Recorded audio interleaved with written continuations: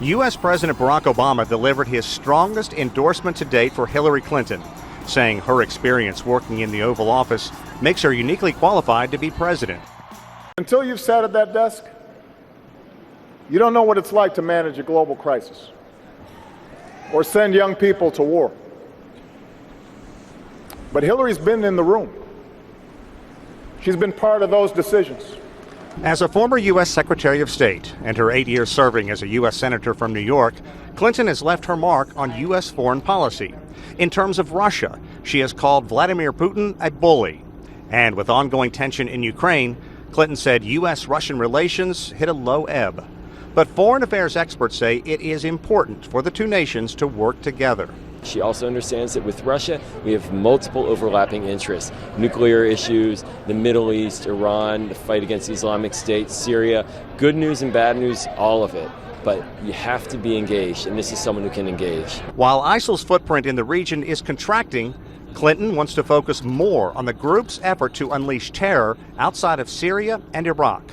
Clinton also wants to expand U.S. airstrikes against ISIL and see more Muslim nations get involved in the fight, and have the U.S. take a greater role in coping with the massive humanitarian crisis the ongoing strife in the region has fostered. The attack in Libya in the aftermath of the Arab Spring uprisings continues to haunt Clinton. A U.S. ambassador and 3 other Americans were killed in an attack in September of 2012. Clinton and the White House wrongly initially blamed the assault on a protest gone awry over an anti-Islam video. In the end, many investigations revealed that security was inadequate at the post in Benghazi. In Asia, Clinton calls the U.S.-China dynamic one of the most challenging relationships the U.S. has, but says the two share a positive, comprehensive relationship. A far cry from the so-called China bashing from GOP presidential nominee Donald Trump. We're not interested in demonizing the Chinese. That's not how you get things done for the American people. So that's not what you're going to hear out of Hillary. But what you will hear is someone who understands what our interests are. But Clinton has also frustrated Chinese officials, talking openly about human rights.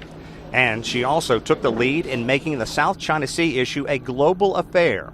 At the 2010 Southeast Asia Security Summit, it was Clinton who said the U.S. demanded open access and legal solutions to the territorial disputes, saying they were in the U.S. national interest.